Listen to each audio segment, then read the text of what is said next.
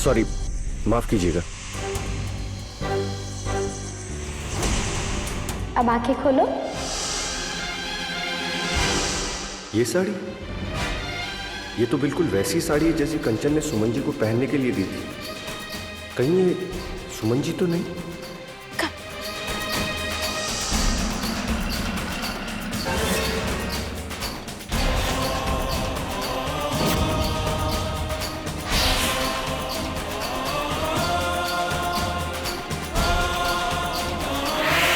सुनिए।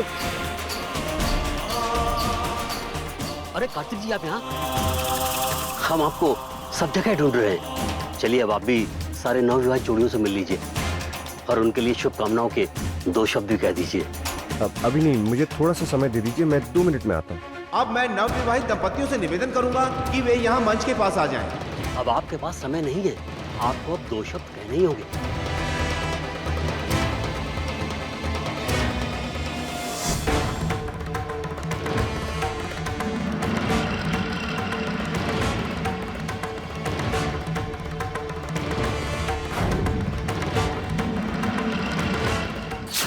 कार्तिक जी, चंद शब्द बोलिए आप प्लीज।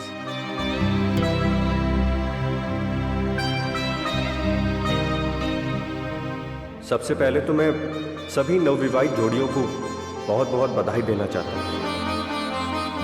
ये हमारे परिवार के लिए एक बहुत ही सौभाग्य की बात है कि हमें इतना शुभ काम करने का अवसर प्राप्त हुआ।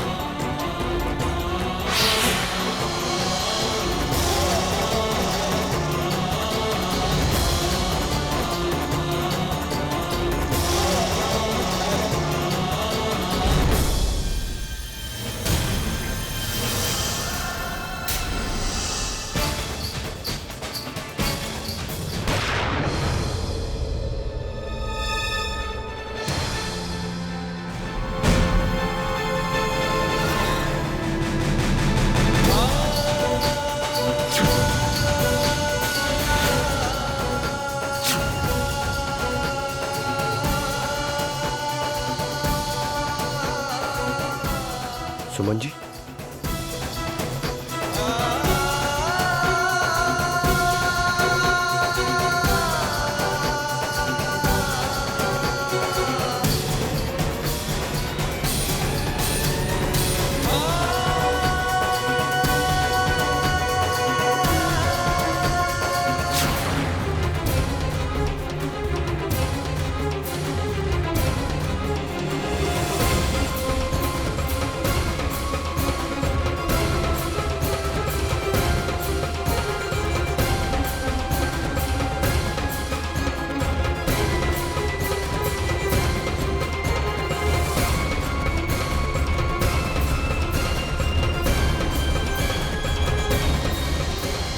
मैंने कुछ नहीं किया, मुझे क्यों पकड़ा है? इंस्पेक्टर साहब, इसी ने गोली चलाई। ये अपने पाप छिपाने के लिए मुझे फंसा रही है।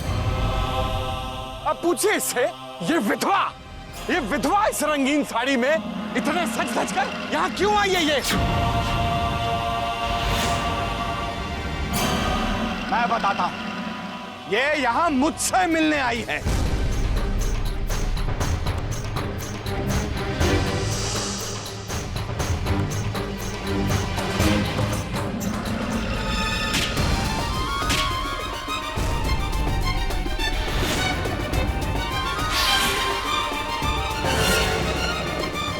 प्रभुदयाल, बंद करो अपनी ये बकवास। कार्तिक जी, सच ये है कि ये यहाँ आपको मारने के लिए आया था। हाँ, लेकिन इसके लिए मुझे मजबूर किसने किया? तुमने। हाँ, तुमने। मैंने तुमसे कहा था कि ठीक 12 बजे यहाँ मुझसे मिलने आना, लेकिन तुम चली गई इसकी जान बचाने। इस कार्तिक जी के लिए तुम्हें अपनी जान तक देना मंजूर है और मुझसे मिलना तक नहीं? हाँ प्रभुदयाल हाँ, इनके लिए इस जन्म में तो क्या, अगर अपने हर जन्म में हमें अपनी जान देनी पड़े ना तो मंजूर है हम। लेकिन आज अगर तुम्हारी वजह से इनके ऊपर एक खरोच भी आई होती ना तो तुम्हें जिंदा नहीं छोड़ते हम।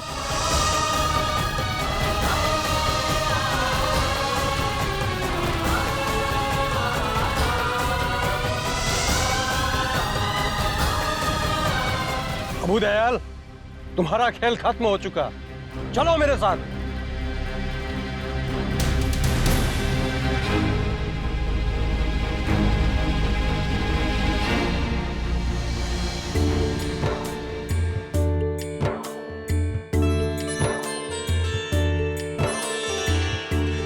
बेटी, तुमने आज बहुत बहादुरी का काम किया है।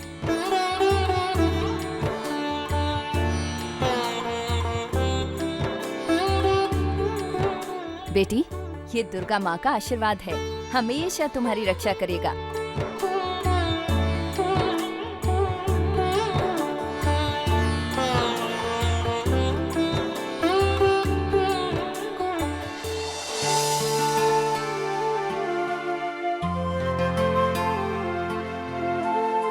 सुमन जी,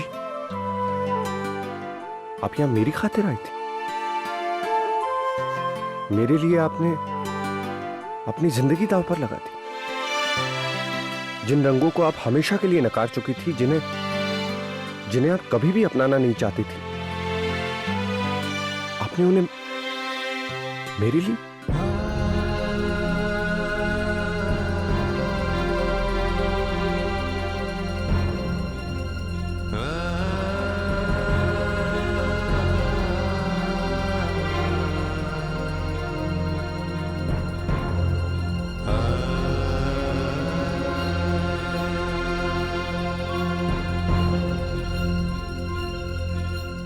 बहुत अच्छे लगते हैं ये रंग आप पर, इन्हें कभी खुद से अलग मत कीजिएगा। मैं हमेशा आपको इसी रूप में देखना चाहता हूं। आज जो एहसास आपने मुझे कराया, वो एहसास मुझे बहुत पहले हो जाना चाहिए था। चलिए घर चलते हैं, देर हो रही है। नहीं,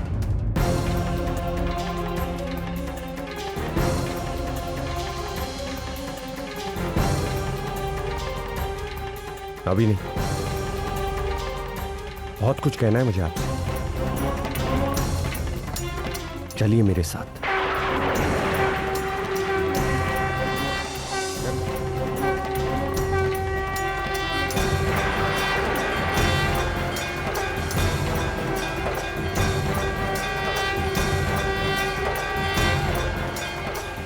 कार्तिक जी, अब हमें घर चलना चाहिए।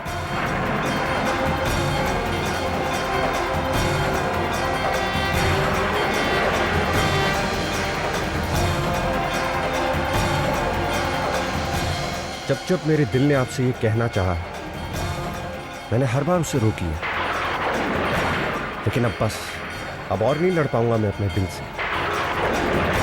प्लीज कार्तिक जी,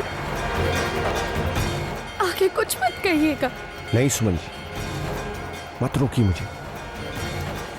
जिंदगी मुझे अपने दिल की बात कहने का दूसरा मौका नहीं देगी। अपने दिल की वो बात जो मैं हमेशा नकारता रहा, वो आज आपसे कहे बिना नहीं रह पाऊंगा।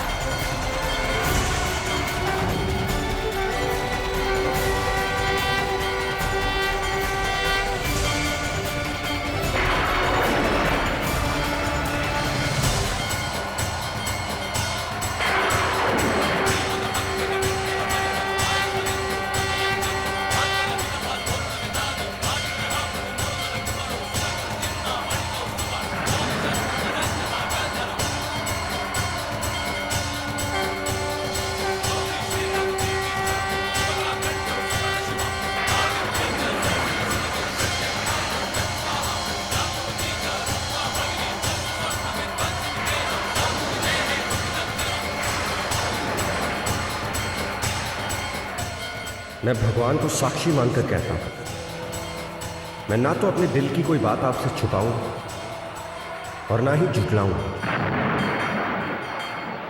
मैंने आज तक अपने दिल के इस एहसास को नजरअंदाज किया,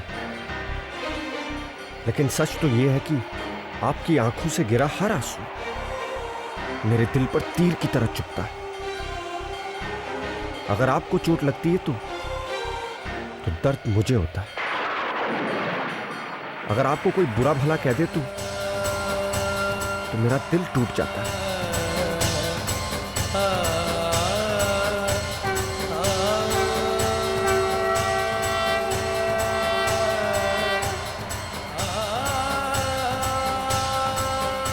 मैं आपसे बहुत प्यार करता हूँ, मैं आपसे बहुत प्यार करता हूँ सुमन जी, बहुत प्यार करता हूँ सुमन जी, बहुत प्यार करता हूँ।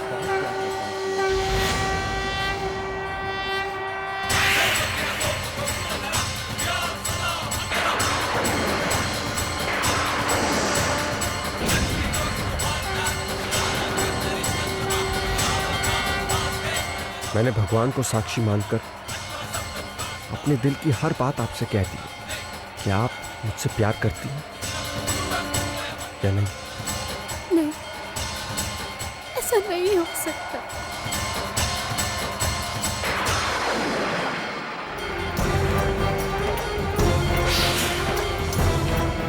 रुक जाइए सुमन जी, आज आपको मेरे सवाल का जवाब देना ही होगा।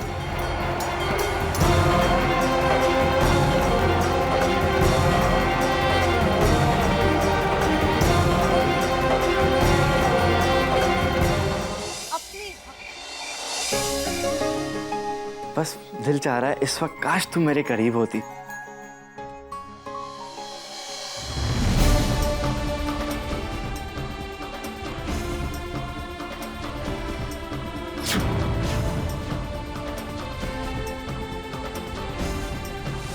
हेलो हेलो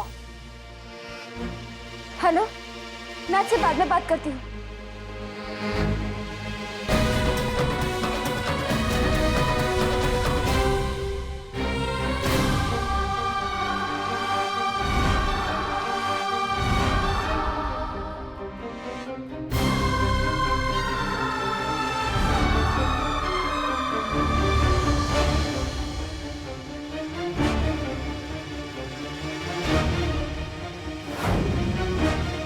बहुत अच्छे लगते हैं ये रंग आपको, इन्हें कभी खुद से अलग मत कीजिएगा। मैं आपसे बहुत प्यार करता हूँ सुमन, मैं आपसे बहुत प्यार करता हूँ सुमन जी, बहुत प्यार करता हूँ सुमन जी।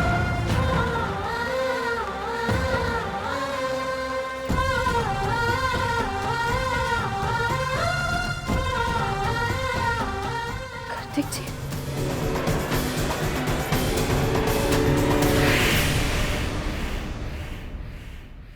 क्या हुआ सुमन? और इतनी रात को तुम कहाँ गई थी? और ये तुम्हारे हाथ को क्या हो गया? क्या बात है सुमन?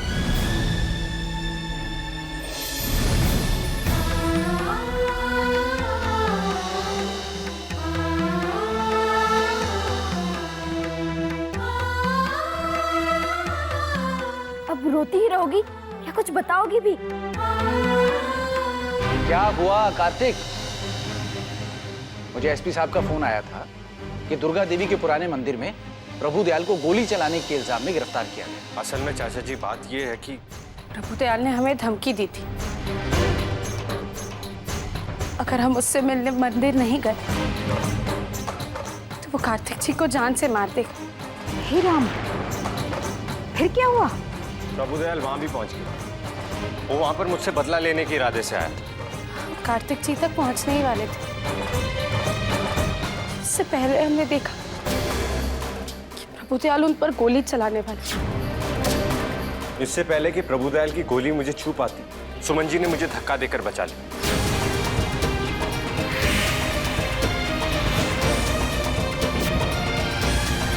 और वो गोली उनके कंधे से लगकर गुजर गई। अगर आज मैं आप लोगों के सामने जिंदा खड़ा हूं तो सुमन जी की वजह से। अगर वो नहीं होती तो न जाने क्या हो जाता।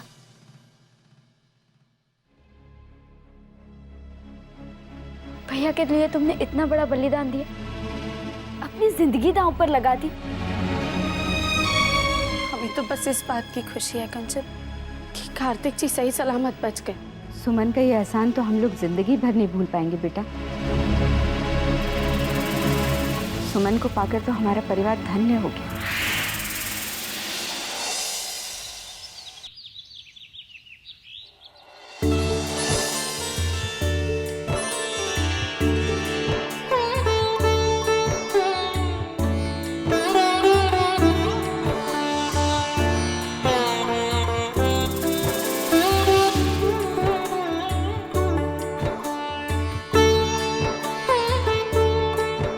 सुमन बिटिया यहाँ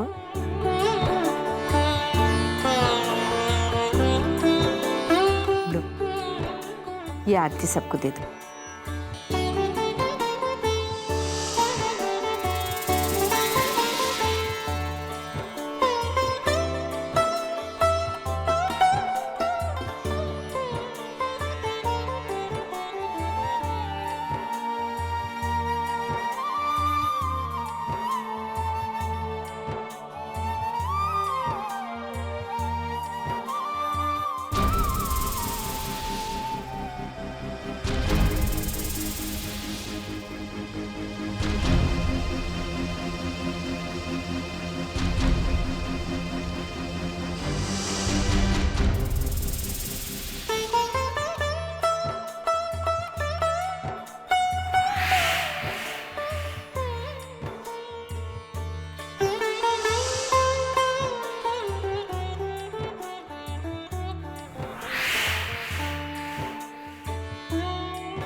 तुमने कार्तिक की जान बचाकर हम पर जो एहसान किया है, उसके लिए मैं तुम्हें शुक्रिया के साथ साथ ढेरों आशीर्वाद देना चाहती हूँ।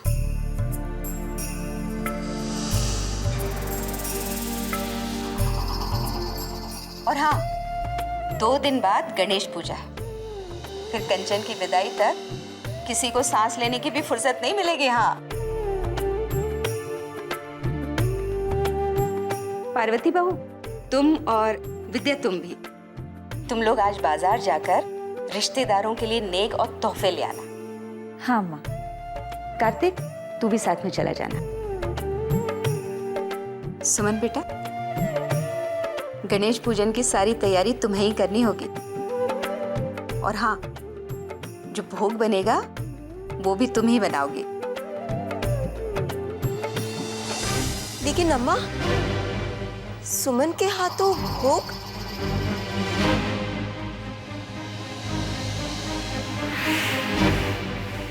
कंचन का टूटा रिश्ता जोड़ा जिसने, अपनी जान की परवाह किए बिना कार्तिक की जान बचाई, जिसने हमारे परिवार के विघ्न हरे, उससे ज्यादा कोई शुभ हो सकता है विघ्नेश्वर की पूजा की तैयारी करने के लिए?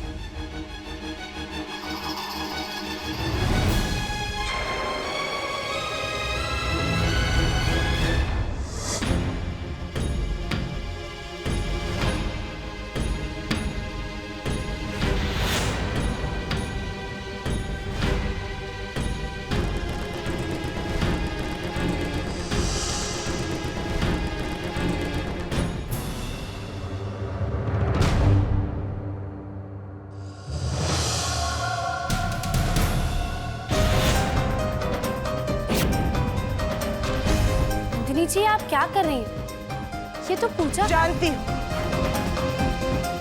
और तुम्हें भी बहुत अच्छी तरह से जानती हूँ मैं सुमन। अरे तुम तो जैसे कोई भगवान या देवी हो। अरे तुम्हारी मूर्ति तो इस घर के मंदिर में स्थापित करनी चाहिए और सुबह शाम उसकी आरती उतारनी चाहिए।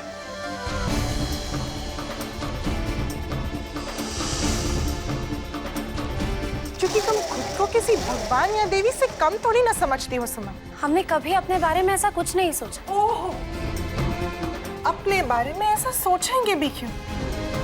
तो सुमन, जब तुम्हें पता चला कि कार्तिक जी की जान खतरे में है, तो तुमने हमें बताया क्यों नहीं? उस वक्त हमने वही किया जो हमें ठीक लगा, लेकिन हम समझ नहीं पा रहे हैं। आपको तो खुश होना चाहिए कि कार्तिक जी पर कोई आंच नहीं आई, लेकिन खुश होकर भगवान को शुक्रिया करने के बजाय आप इन सवालों में उलझ गई कि वो कैसे बचे, उनकी जान किसने बचाई, क्यों बचाई, इस सब से क्या फर्क पड़ता? फर्क पड़ता है क्योंकि ये सब करके जो तुम हासिल करना चाहती थी ना, वो तो तुमने हासिल कर लिया। नंदिनी जी प्लीज, हमें ना तो भगवान बनने का शौक है और ना ही किसी की नजरों में ऊंचा उठने का। शौक नहीं है तो फिर क्यों चली गई थी वहां तुम? कार्तिक जी पर तुम्हारा क्या हक है सुमन? अपनी हक के हद में रहो और अपनी औकात में रहो। और एक बात कि हम इस घर की सिंह खानदान की होने वाली बहू है।